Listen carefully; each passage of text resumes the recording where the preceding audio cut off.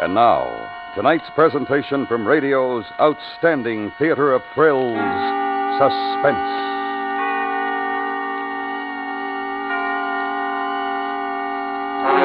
Tonight, the story of a murder, deliberate, cold, motiveless, in which we will examine its effects on our protagonist. The story is called The Earth is Made of Glass.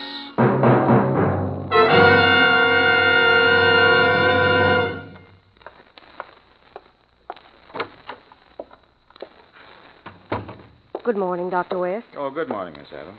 I've brought down the night charts from the fourth floor. And I'll look them over. What sort of night did you have? Fairly quiet, Doctor. No new cases. If there were, I don't know where you'd put them. Well, we have one vacant bed this morning, 436. Mr. Steele? Yes, he died about 4 a.m. Surprised he held on that long. I thought you might be upset, Doctor. I mean, the day supervisor, Miss Rosenberg, told me you and Mr. Steele were either related or very close friends. No, not at all. Mr. Steele suffered certain delusions. Just before he died, he asked me to give you this, Dr. West. It's some kind of diary or journal. He said he owed it to you, that it was in compensation. Very well, leave it on the desk. I'll ask who's in charge of settling his estate. All right, Doctor.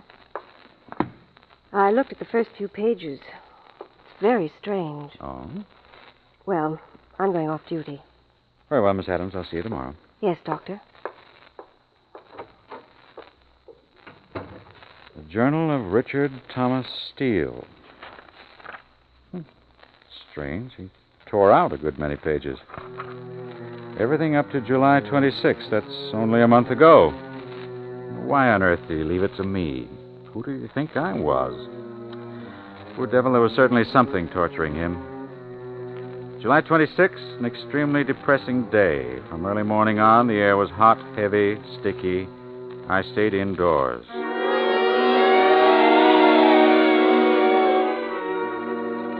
I stayed indoors with the blinds drawn, spent 3.5 hours arranging and cataloging a new shipment of books. I must say I gloated over the volume of Bacon, Gold Leaf Uncut, 1836, a treasure. In the afternoon, I ventured out to play chess with Elliot. He's an uninspired player and a worse conversationalist. I'm appalled that a man of Eliot's pretensions still wallows in 18th and 19th century thought patterns, twaddle, and sentimentality. He's totally out of step with the times, blindly determined to keep his mind closed to any developments in science. It was so apparent in that argument we had over Ralph Waldo Emerson. I noticed he had a volume of Emerson's essays, a cheap reprint, and I thumbed through it. There was one paragraph in the essay called Compensation, which especially annoyed me. I must have snorted because Eliot was instantly on the defensive. When I asked him if he actually believed such claptrap, he fairly leaped at me. Certainly, I believe there's compensation, Richard. Tit for tat, measure for measure, love for love. Whatever a man does comes back to him. Good for good, evil for evil, so that if I should commit a crime, I would of necessity be punished. In one way or another, yes. You mean that I would in some way suffer in compensation for my evil deed? Isn't that what Emerson says? I want to know what you believe. I believe what he says. Well, let's read what he says. Discounting the poetry and all the emotional overtones. Emerson says, commit a crime and the earth is made of glass. Commit a crime and it seems as if a coat of snow fell on the ground, such as reveals in the woods the track of every partridge and fox and squirrel and mole. You cannot recall the spoken word, you cannot wipe out the foot track, you cannot draw up the ladder, so as to leave no inlet or clue. Some damning circumstance always transpires. The laws and substances of nature, water, snow, wind, gravitation, become penalties to the thief. Well, Eliot. Beautiful, isn't it? Don't be evasive, Eliot. We're discussing his theory. Well, I don't see how there can be any argument. We know a good deal more than Emerson, you old fellow, especially about the laws and substances of nature. They surely haven't changed. No, but we've taken them into the laboratory. We've tested the substances, and we've mastered the laws, put them under our control. The scientific method, Eliot. Why, it cancels out every word your friend Emerson wrote. The scientific method. Is it an open sesame to all knowledge? Does it make us gods? There are still mysteries we can never fathom, Richard. For instance, the mysteries in ourselves. In our souls? Yes, in our souls. And whatever it is we have that cannot be weighed or tested, yet which manifests itself in every good or evil thing we do. Say you commit a murder. Say I do. A perfect crime. For I grant you that a man of your intelligence can outwit the police. Nevertheless, you could not escape from, well, let's call it your conscience. But, say I commit a laboratory murder. What? Well, let me put it this way. To catch a murderer, the police first set out to discover some connection between the murderer and his victim, which leads them to the motive for the crime. And when a murderer is caught by his own conscience, it is also through his connection with his victim, his emotional connection. But in a pure, abstract murder, one occurring in an emotional vacuum... Impossible. The two participants would be connected only by the unadulterated act of killing. But isn't every man connected first of all with himself? I mean, a man renders judgment on himself. In his soul, I would say. Oh, what superstitious claptrap, Elliot. Apparently you're completely unable to grasp my premise. Theoretically, a laboratory murder is entirely possible. Well, why not actually? It'd be very interesting to test the theory and find out.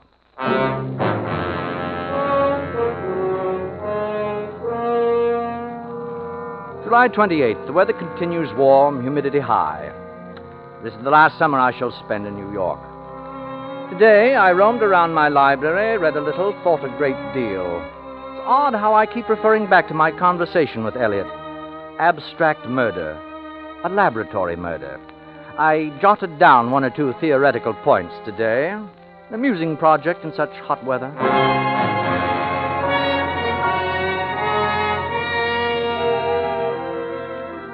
What utter nonsense to think of conducting a laboratory experiment in writing on paper.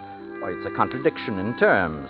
The core of the scientific method is to prove theory in life.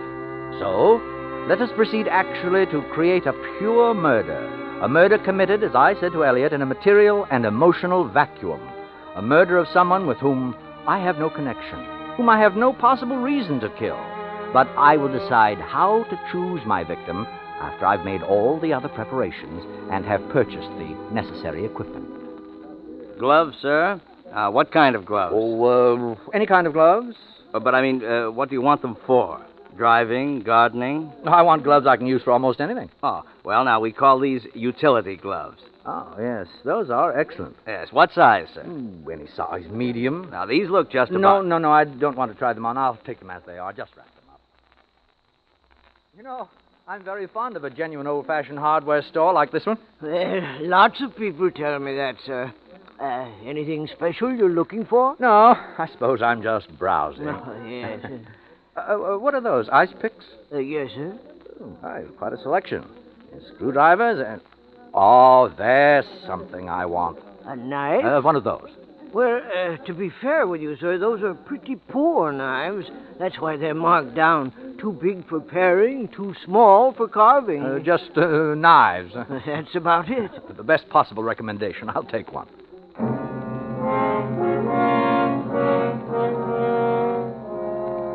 A meaningless knife, all-purpose gloves, knife and gloves new, factory-made, uncontaminated by human association, smelling only of the harsh, impersonal machines which turned them out. My first safeguards against the intrusion of emotion. And now, to complete my plans, who will it be? I must never see his or her face. I must not know his or her name, age, occupation, thoughts, or desires. I must come into contact with this victim as casually as though we were blown together by the wind. There can be no selection, no volition on my part, except the elementary volition necessary to raise my arm to kill.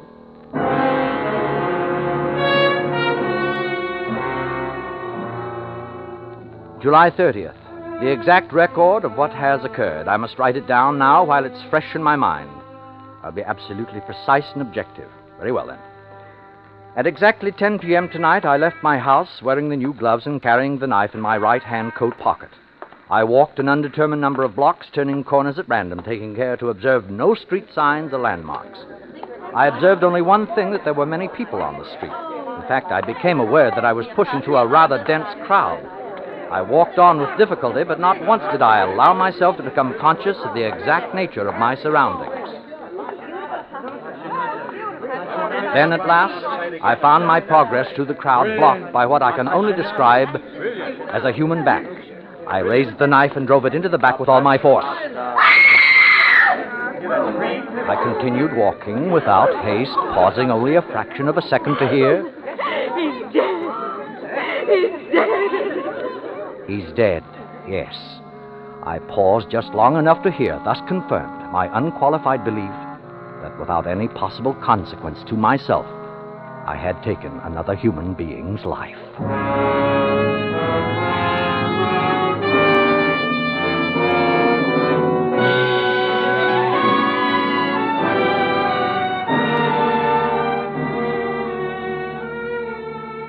You are listening to Mr. Joseph Kearns in Sylvia Richards' Study in Motive, The Earth is Made of Glass. Tonight's presentation in radio's outstanding theater of thrills, Suspense.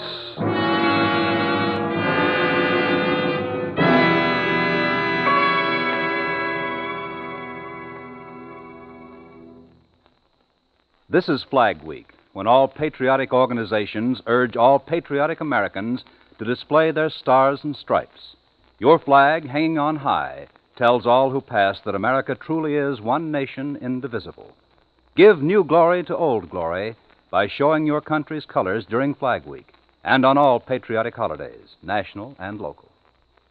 And now, we bring back to our Hollywood soundstage Mr. Joseph Kearns in Elliot Lewis's production of The Earth is Made of Glass, a tale well calculated to keep you in suspense.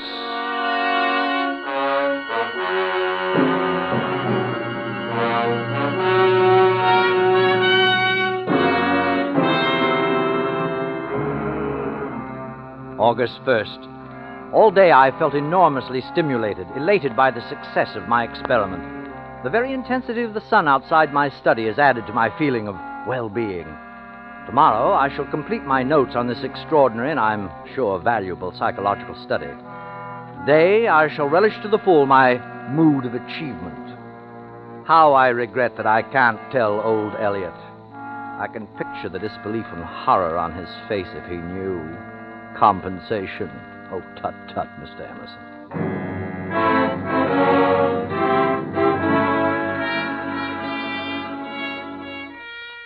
August 3rd. Yesterday I was unable to write in my journal because of the excessive heat and because I suffered from a headache and a vibration in my ears. Today I'm forcing myself to write to have on record the final control in my experiment, my laboratory murder. To assure complete ignorance of the identity of my victim, I have read no newspaper and will not read any for a period of 2 or 3 weeks. Nor will I hold conversation with anyone apt to be morbidly interested in murder, as reported in the tabloid press.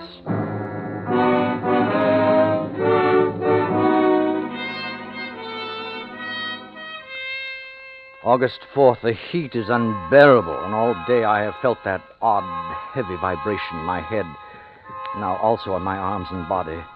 It is almost constant in a 1-2, 1-2 rhythm. Sometimes it's a sound as well as a vibration, like the distant sound of the sea.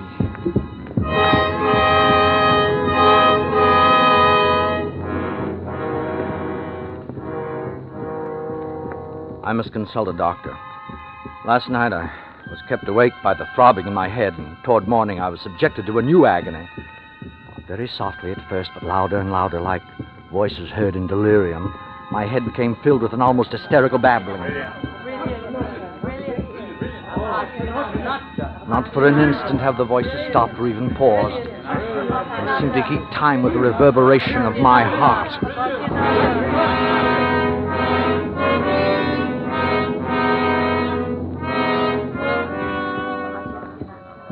August 8th. I have no need to consult a doctor, for I know the nature of my illness. Last night, trying to drive the unspeakable uproar from my brain, I turned to music. But when I put the record on the machine, Schnabel's recording of Beethoven's F minor sonata, the Appassionata, the sound and the voices rose to a bedlam, shrieking, drowned out the music. And then I knew, in spite of every precaution, my laboratory murder had not taken place in a vacuum. Two things had penetrated my shield. First, the voices echoing in my ears, the fragments of speech about a concert, are the same voices I heard in that crowd, rising again and again to the climax of a woman's scream.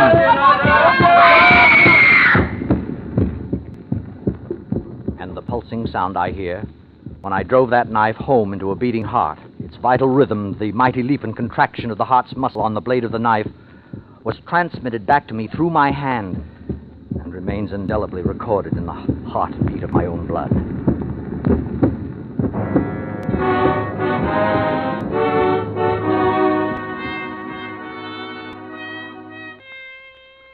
August 11th. During the past hour, the incessant hammering of sound has receded, but I know this respite will be brief. Now, while I'm able to reason, I must discover where I erred and act swiftly to correct my error. There's no turning back. The death I caused is an accomplished fact, and each day I remember something more. Today, suddenly, like a photograph imprinted on my brain, I saw the black collar of his coat, his gray hat, and between his clipped, silky, reddish hair. And I had and still have an insatiable desire to turn his head around to see his face. Perhaps there's only one course for me to take: to reverse my plan, learn everything about my victim, every possible detail, create for myself a total portrait, and then discard it in its entirety. Learn his name, age, address, all the statistics of his life. Oh, I beg your pardon, miss. Where are the newspaper files? What dates did you wish to see? The week of July 30th. Which paper? The Times. I'll start with that. Now, just a moment. I want them for the whole week. Yes. Well, here are all the copies for July, bound. And these loose ones are August, so far. Oh, thank you. Now, don't take them out of the reading room and return them to the desk when you're through, please. Yes, thank you, I will. I opened the bound volume near the end and immediately saw his picture, page 1, center. The photograph was blurred, but without reading a word, I recognized him because he matched his hair. I mean, his face went with the back of the head I had seen. But before I could read the headline above the picture, someone spoke to me. Pardon me, but may I look at that for just a moment? Oh, it couldn't be. Standing at my shoulder, smiling, young, apparently as alive as I. But it was. He was there. He, my victim. The face in the paper and his face were the same. I swear they were the same. I'm sorry to bother you. The girl at the desk told me you had that volume of the Times. Yes. There's an item I wanted to see in the July 30th issue. I'd wait, but I have to catch a train. If I'm late, my wife worries. You know how it is.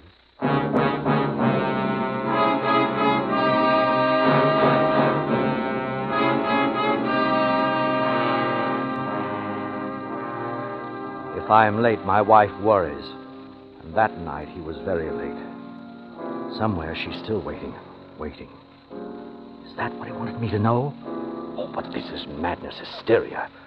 It's merely coincidence. The man in the library looks so much like him. He's dead. I know he's dead, and the dead neither walk nor speak. I must believe that. And I must go back to the library and find out where he lived, who and what he was.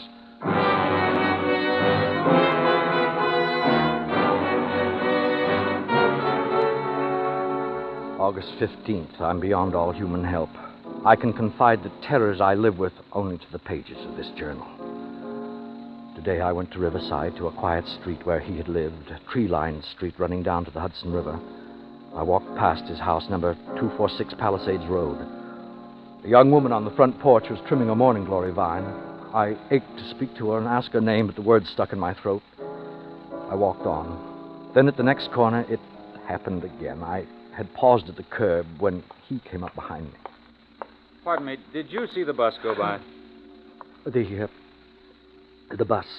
Yes, the bus for Columbia. Say, what's wrong? Are you ill? No. I'm all right. You look like you're about to faint. I'm all right. I live right near here. If you want to lie down... No, please, I'm all right. My house is just down the block. No, please, no, Well, it's up to you. I can't make you come, but I hate to see you suffer needlessly.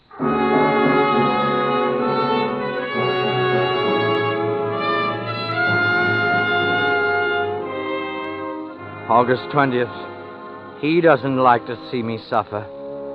Yet because of him, there isn't one day, 1 hour when I'm free from despair and fear. Yes, I accept him now. The dead do walk and speak. At least one dead man does. Whether actually or in the madness of my brain, I do not know. I only know that if I venture out of my house, inevitably he finds me. Sometimes he follows at a distance, sometimes waits ahead of me and beckons, and sometimes he meets me face to face as he did 2 days ago. I was going home, and I stopped at the corner drugstore. Evening, Mr. Steele. Malted? No. I'll have a cup of coffee. Sure thing. Yeah, this stool's vacant, next to this gentleman. Thank you. Oh, no. Go ahead, sit down. Sure, sit down. I won't bite you. Hey, here's your coffee. No, Joe, I changed my mind. Look, fella, if it's something about me... What's wrong, Mr. Steele? What do you want of me? Tell me what you want. Me? I don't want anything. Then why don't you leave me alone? Somebody you know, Mr. Steele? Apparently Mr. Steele thinks he knows me. I do. Oh, I do. Maybe so, mister, if you say so. But if you know me, it sure wasn't from this life. Must have been some other incarnation.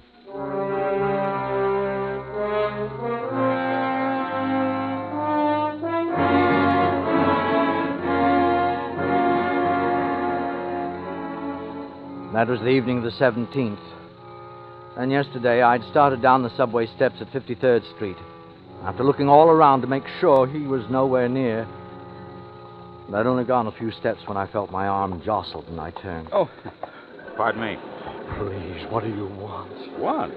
What do you mean? Why are you following me? I looked and I didn't see you, and then suddenly you struck my arm. Maybe it's just fate or something. Anyway, I said I was sorry. Then have mercy on me and go away. Look, you don't own the subway. Please, I beg of you. Okay. Since my face seems to give you the willies, I'll be big-hearted. I'm in no hurry, got all the time in the world, so I'll wait and take the next train. Will that help? You know it will. I don't know and don't want to, but run along now before I change my mind.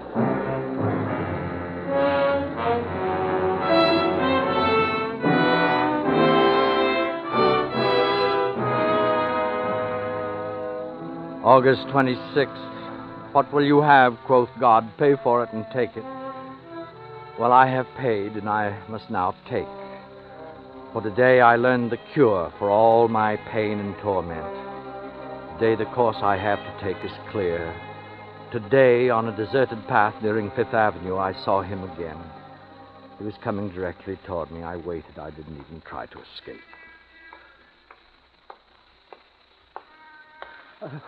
Wait, I must ask. Ask me what? Only one question. I have to know. I'm not sure Please, I understand. please. We don't have to play games or pretend. I accept you. You're real. Yes, I guess I'm real And enough. only you can give me the answer. Why me? Please, I can't stand much more. Can't you see? You look sick. If you want me to help you, There's only one way you can help. Only one way. Just answer me. Well, okay. Go ahead. I'll try. Do you believe in compensation? Now, what do you mean by that? I mean, if someone does evil, if I have done evil, must I get evil in return? Well, say it again. Do you believe in good for good, evil for evil? Look, what about killing? Well, there's all sorts of killing. In the war, I killed several people. I know, but senseless killing with no reason. What is the compensation for that? You've asked a pretty complicated question of a pretty simple guy. The only thing that comes to my mind right now is what it says in the Bible, an eye for an eye and a tooth for a tooth. That's what you believe? Well, sure, I guess that's what I believe. Well, does that answer your question?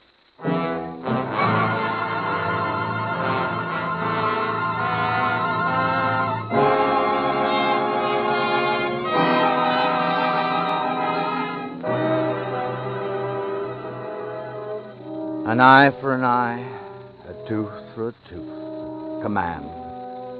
The price asked by the only one who can ask it. Well, I'll pay. For I've learned that no event between two human beings can happen in a vacuum. We're all enmeshed, bound together through our blood in a pulsing net. And if one of us does violence to another, he does violence to himself. Very well. This price I'm glad to pay. I'm glad to die for his death. There is no other way.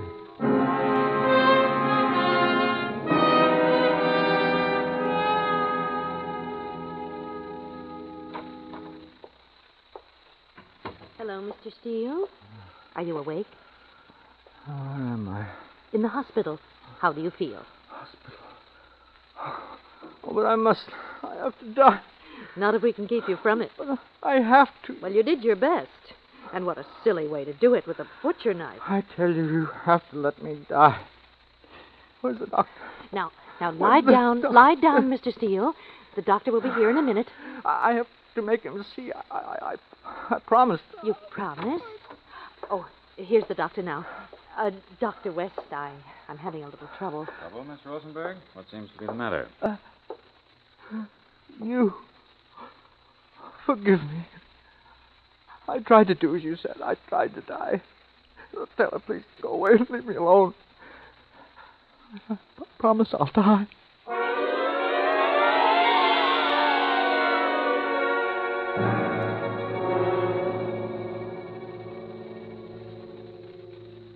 Miss Adams, Yes, Dr. West? did you finish reading his journal? Yes, Doctor. It's a weird document. Certainly is. What made him think you were the man he killed? That was the nature of his illness. He had a fixed delusion. He looked at me and saw someone else's face. How strange. Yes, but there's something stranger still. When I finished reading this, I called the police and checked. About the murder? Yes, and there was no such murder as he described. Not on July 30th, not ever. He didn't kill anyone? He never drove his knife into a living back.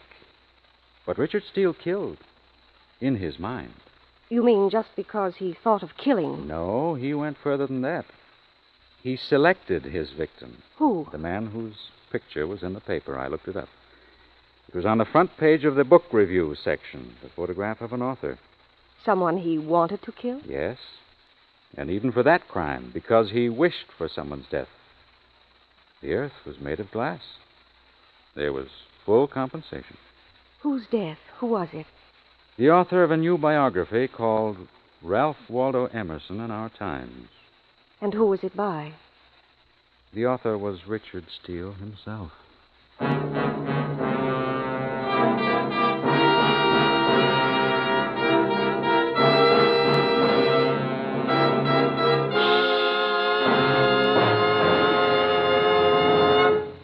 Suspense, in which Joseph Kearns was starred in The Earth is Made of Glass. Next week, the story of a man with no imagination who found it necessary to cause the violent end of a life. It was written by the winner of the Edgar Allan Poe Award, E. Jack Newman, and it's called Sequel to Murder. That's next week on Suspense.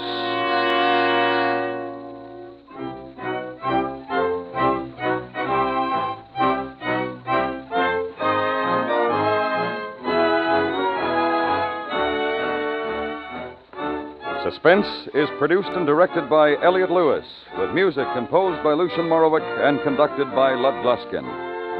The Earth is Made of Glass was written for Suspense by Sylvia Richards.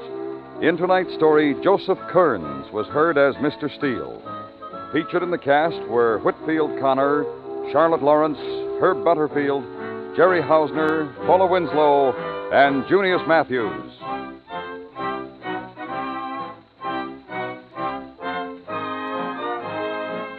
And remember, next week, E. Jack Newman's new suspense play, Sequel to Murder.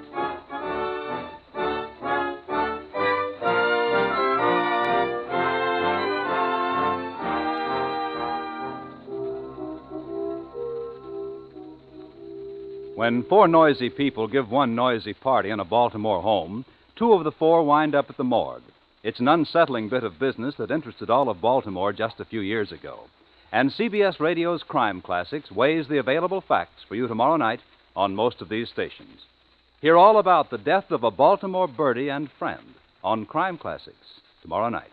You can join the FBI in Peace and War Wednesdays on the CBS Radio Network.